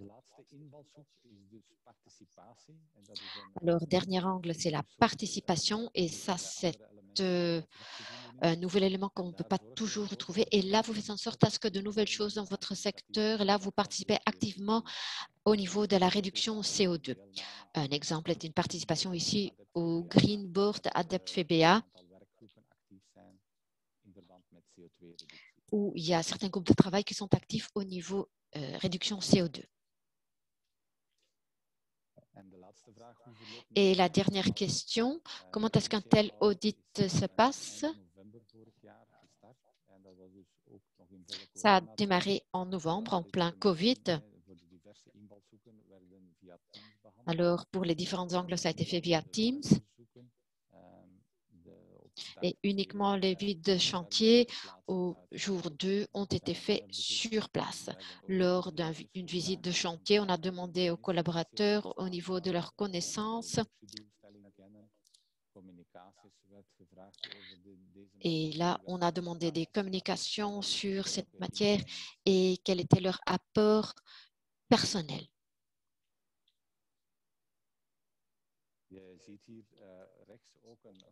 Vous voyez ici à droite une photo en fait avec CoPro, qui est première institution de certification belge qui a donc émis un certificat belge et ça a été fait avec nous au niveau de Willemen Infra. Et ici, vous voyez notre certificat niveau 3 où conforme les boundaries, les limites, vous avez Mobilmat et Van Damme Madou qui sont repris. Donc ça, c'était une des questions. Donc, de voir combien d'entreprises ont un certificat. Donc, ici, nous avons un certificat, mais dans ce certificat, en fait, il y a 3 entreprises qui sont reprises.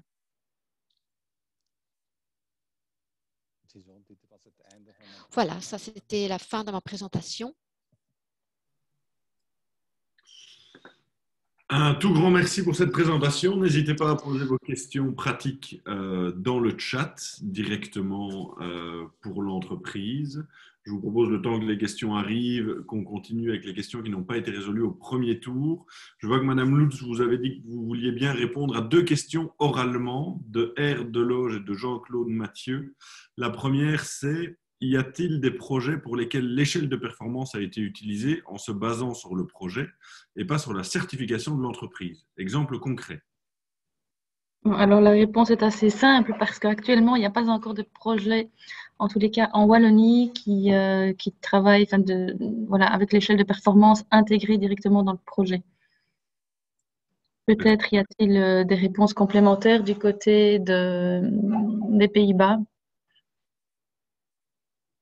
Terme, il y a peut-être des compléments d'information? Je ne sais pas si Jan ou Tijmen. Ik heb de vraag niet helemaal goed begrepen, ben ik bang. Je n'ai pas bien compris la question, je crains. Alors, attendez, il faut que je la retrouve. Donc, y a-t-il des projets sur lesquels l'échelle de performance a été utilisée en se basant sur le projet et pas sur la spécification de l'entreprise, la certification de l'entreprise?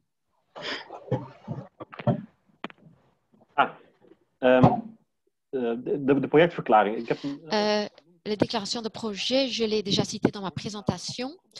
Donc, on l'utilise de temps en temps, mais c'est très limité. Je sais qu'aux Pays-Bas, parfois, c'est utilisé pour les projets de Rijkswaterstaat qui sont de telle taille que parfois des entreprises externes participent. Et pour créer cette possibilité, il y a donc une possibilité de travailler avec des déclarations de projet. Ça arrive, mais très peu, c'est rare. Et je veux peut-être juste rajouter que, effectivement, c'est une option, mais qui n'est pas beaucoup utilisée, mais ça reste une option et parfois utilisée. Et pour parfois, moi je sais qu'en Belgique, quand il y a des grands projets où il y a des consortia qui se créent, où il y a 5 partenaires différents, là parfois, ils veulent plutôt aller à un niveau de projet parce qu'il y a 1 ou 2 entreprises qui n'ont pas encore le niveau désiré, des autres l'ont, et s'il y a quelques entreprises qui n'ont pas encore, ils préfèrent le faire sur le niveau de projet. Ça arrive pour des consortia. Mais je voulais quand même mentionner, quand on a un certificat au niveau de l'entreprise, tous les projets sont intégrés. Et si on a un projet pour lequel on a gagné un marché, il faut avoir ce qu'on appelle un dossier de projet. Il faut développer un dossier spécifique où on va devoir garder, parce que ça répond un peu à la question, finalement aussi le bilan carbone, les actions, etc., pour ce projet spécifique. Du coup, si une entreprise a obtenu un avantage grâce à cette performance pour un projet spécifique, il faut ce dossier spécifique aussi. Voilà. Mais tous les autres sont intégrés aussi, mais de manière plus générale. Ok, merci beaucoup. Une autre question pour Madame Lutz. Pour l'attribution des marchés, ne risque-t-on pas une part de subjectivité et avoir des recours des candidats non retenus? L'attribution d'un marché quand une entreprise est certifiée sur l'échelle de performance CO2, je veux dire, le calcul se fait au niveau en général de la réduction du prix ou en critère d'attribution, peu importe, hein, mais au niveau de la réduction du prix et sur base d'un certificat qui a été délivré par un organisme certificateur. Donc, voilà, il n'y a pas de possibilité de passer à côté, je veux dire. Merci. Voilà. Alors, je vois que Yann, il y a 3 questions qui t'attendent. La première de Amaury Breakput. Pour CO2 logique, vous mentionnez le principe de la récompense et dans la mise en œuvre, vous parlez de sanctions. N'est-ce pas contradictoire? Ouais, c'est bien vu. Mais en fait, comme il n'y a aucune obligation, hein, on parle plutôt de la récompense. C'est-à-dire que, oui, il y a juste la sanction quand vous dites que vous allez avoir un certificat que vous n'avez pas finalement. Maintenant, dans la pratique, ce qu'on voit, c'est qu'en général, les entreprises ont déjà, et c'est la stratégie de la plupart des entreprises, ils obtiennent un certificat et après, ils répondent avec un niveau d'ambition. C'est-à-dire que c'est plus rare les entreprises qui disent on a l'intention d'avoir un certificat à un certain niveau, voilà, de 1, 2, 3 dans ce cas-ci en Belgique. Et voilà, comme ça, ils prennent un risque, bien évidemment. Il faut une sanction pour qu'ils ne soient pas trop courageux et dire oui, on va avoir le certificat, mais qu'ils ne l'obtiennent pas. Mais finalement, il n'y a aucune obligation.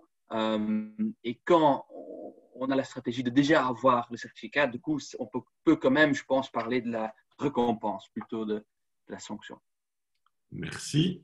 Une autre question, beaucoup plus large cette fois-ci, de Christophe Mévis. Comment diminuer de 55% les émissions de CO2 d'ici 2030, alors que le gouvernement a décidé de construire des centrales électriques au gaz pour sortir du nucléaire? Alors, ça sort effectivement du cadre du webinaire, mais si en 2 secondes, tu peux apporter une réponse. J'ai vu que tu avais dit que tu le faisais. Oui, voilà. C'est effectivement, c'est très large et je ne vais pas rentrer dans les détails. Mais c'est vrai que c'est une ambition de l'Europe qui va être traduite pour les engagements au niveau national. Hein, c'est le European Green Deal. Ce qu'il faut dire aussi, c'est que quand on regarde toutes les ambitions de tous les pays partout dans le monde, on ne respecte pas encore les engagements de l'accord de Paris. D'où aussi l'importance des entreprises à dire, voilà, on va apporter notre pierre parce que tout ce qui est mis maintenant, c'est les NDC, bon, c'est un peu technique, mais tous les pays ont mentionné leurs ambitions, ont décrit leurs ambitions dans leur plan énergie-climat, mais ça ne suffit pas pour l'instant. Ils sont revus chaque 5 années et il faut monter au niveau d'ambition, mais le rôle des entreprises est aussi très important pour essayer d'obtenir ces 55%. Merci. Alors, c'est une question de Claudie Mersonnier qui fait suite à celle dont tu viens de répondre. Quelle est la récompense? L'entreprise reçoit 3% en plus de son prix. Point d'interrogation. Non, le calcul ne se fait pas sur une récompense financière au niveau de l'entreprise. Le calcul se fait au niveau d'une réduction fictive du prix de l'offre. C'est-à-dire que si l'entreprise a remis une offre de 1 million, par exemple, son offre, donc il faut lui retirer 3% de son prix, du prix de 1 million, et comparer, c'est ce qu'on appellera le prix fictif, et comparer ce prix fictif avec le prix ou le prix fictif d'une autre entreprise. Donc il n'y a pas vraiment de récompense, c'est une récompense virtuelle, je vais dire, dans le cadre de l'attribution du marché. Ok, merci. Alors, il nous reste encore 2 ou 3 questions. Une question de Claudie Mersonnier qui vous remercie pour cette information. Une question de Frédéric Tournet de Befimo. Question pour CO2 Logique. Bonjour, ai-je un intérêt en tant que société immobilière possédant un grand portefeuille immobilier d'obtenir un tel certificat? Nous faisons partie de la BACA et avons des objectifs SBT. J'ai plutôt le sentiment que le certificat est utile pour des entreprises de construction. Merci pour votre réponse. Oui, en fait, c'est vrai que pour l'instant, si vous voulez avoir l'avantage quelque part au niveau d'un marché public, c'est plutôt intéressant pour des entreprises de construction. Mais je veux quand même mentionner que ce que vous êtes déjà en train de mettre en place, c'est-à-dire un Science-Based Target et tout le BACA, ça fait partie quelque part de ce système de gestion gaz à effet de serre. C'est mettre un objectif qui est en lien avec la science, hein, comme est fait dans le Science-Based Target, le BACA. Ça fait partie, c'est une partie de ce système de gestion intégrale. Et en fait, on peut dire que les deux sont complémentaires. On peut très bien implémenter une échelle de CO2 performance. Du coup, on a le système complet, mais de mettre pour ton objectif, qui est intégré dans ce système-là, un objectif qui est en lien avec la science. Du coup, voilà, je pense que les deux sont très complémentaires. Merci. Une question qui vient d'arriver de Sébastien Serrano d'Inoviris. Peut-être une question pour Francky. Est-ce qu'une réduction de 3% du prix dans le cadre d'un marché public est réaliste vu le coût pour l'entreprise de la mise en place d'un système de performance CO2? Donc peut-être que Francky, ayant déjà été confronté à la mise en place du système et à des marchés publics, peut-être que M. Vandenberg, vous pouvez répondre. Ja, het invoeren van een systeem, dat kost inderdaad wel wat centen. Oui, en effet, introduire un tel système, ça coûte pas mal de sous, mais en fin de compte, ça va encore, hein. Ça dépend aussi de comment, au niveau interne, vous allez introduire cela dans l'entreprise, car souvent, ce sont des personnes en interne qui gardent les registrations de cela, un service interne qui va gérer ce système. Donc, quand vous démarrez cela, vous devez toujours faire un peu de consultance et tenir compte de ça. Vous devez apprendre à connaître le système. Il faut faire en sorte que les gens s'y familiarisent. Alors, mais je ne me laisserai pas effrayer par le coût de l'implémentation, car c'est très abordable. Également parce que vous pouvez répartir ces coûts sur 3 ans. Cette période de certificat, ça va pour 3 ans. Donc, non, c'est 3%, surtout en projet d'infrastructure, ça ne représente pas grand-chose. Les coûts de certificat ne sont pas très importants là. Ok, merci beaucoup. Sébastien Serrano rajoute « Audit plus mise en place coûte énormément ». Je vous lis ce qui est indiqué. Alors, je vais juste, on a dépassé d'un quart d'heure le timing, donc on va peut-être se limiter aux questions qui sont encore là. L'intégration de la certification de l'échelle CO2 comme critère d'attribution dans un marché public est-il déjà d'application en Belgique, entre parenthèses, Wallonie? Je ne sais pas si Yann ou Madame Lutz, vous voulez réagir. Je pense que là, on parle peut-être plus de la période de test. Donc, si j'ai bien compris vos présentations, on est bien ici dans une période test au sein des marchés publics. Donc, il y a 10 chantiers en Flandre, 10 chantiers en Wallonie, 5 chantiers à Bruxelles qui vont donc faire l'objet justement de l'intégration de l'échelle CO2 dans les 2 prochaines années. Et après cela, il y aura un audit qui sera fait sur l'échelle pour voir si ça peut être étendu à plus grande échelle, c'est ça? Tout à fait, tout à fait. Voilà. Merci. Bonjour, n'était-il pas question de limiter l'intégration de l'échelle de performance CO2 au marché supérieur au seuil européen?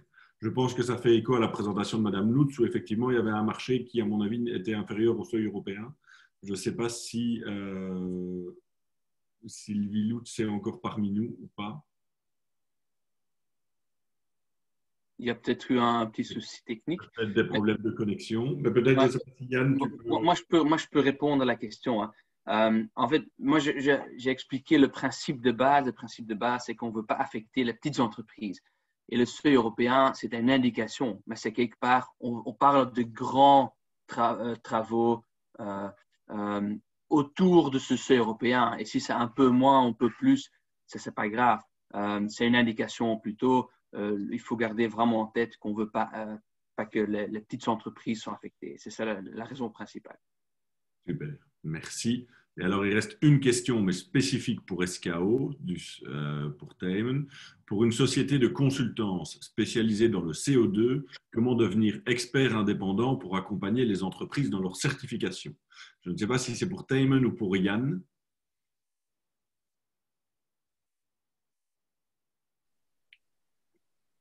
De vraag is, als ik het goed begrijp, hoe men adviseur wordt voor de CO2-prestatieladder. Donc, on veut savoir comment on devient conseiller? Absolument.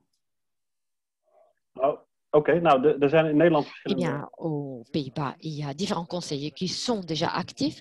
Nous n'avons aucune guidance là-dessus. Donc, c'est un marché libre. Hein, ils sont indépendants.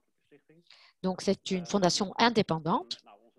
Et donc, notre tâche se limite au développement de l'échelle et du setup et des autres tâches que je viens d'évoquer. Mais le conseil, ça, c'est vraiment quelque chose en externe. Donc, nous n'avons aucune main là-dedans. Merci. Yann, je ne sais pas si tu veux compléter la réponse ou si tout a été dit.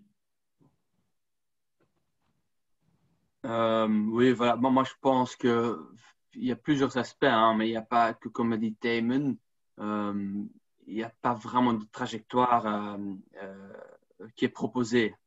C'est un marché libre. On a besoin de connaissances dans différents domaines, de la gestion des gaz à effet de serre, un peu de la construction, etc., et de l'échelle de performance. Et c'est une question de s'approfondir et déjà avoir les connaissances des standards généraux internationaux. Parfait. Un tout grand merci en tout cas pour votre participation. Un tout grand merci aux participants d'être restés jusqu'au bout, même si on a un peu dépassé le timing. Je vous souhaite à toutes et à tous une bonne journée et une bonne fin de semaine qui s'annonce ensoleillée. Merci beaucoup. Merci aussi, je suis revenue entre-temps. J'espère qu'on a répondu à la question sur la Wallonie. On a répondu à la question, oui. Bon, parfait. J'écouterai la réponse plus tard. Désolée. Pas de souci, merci beaucoup. Bonne journée. Bonne journée, au revoir. Merci à tout le monde. Au revoir. Merci à tous.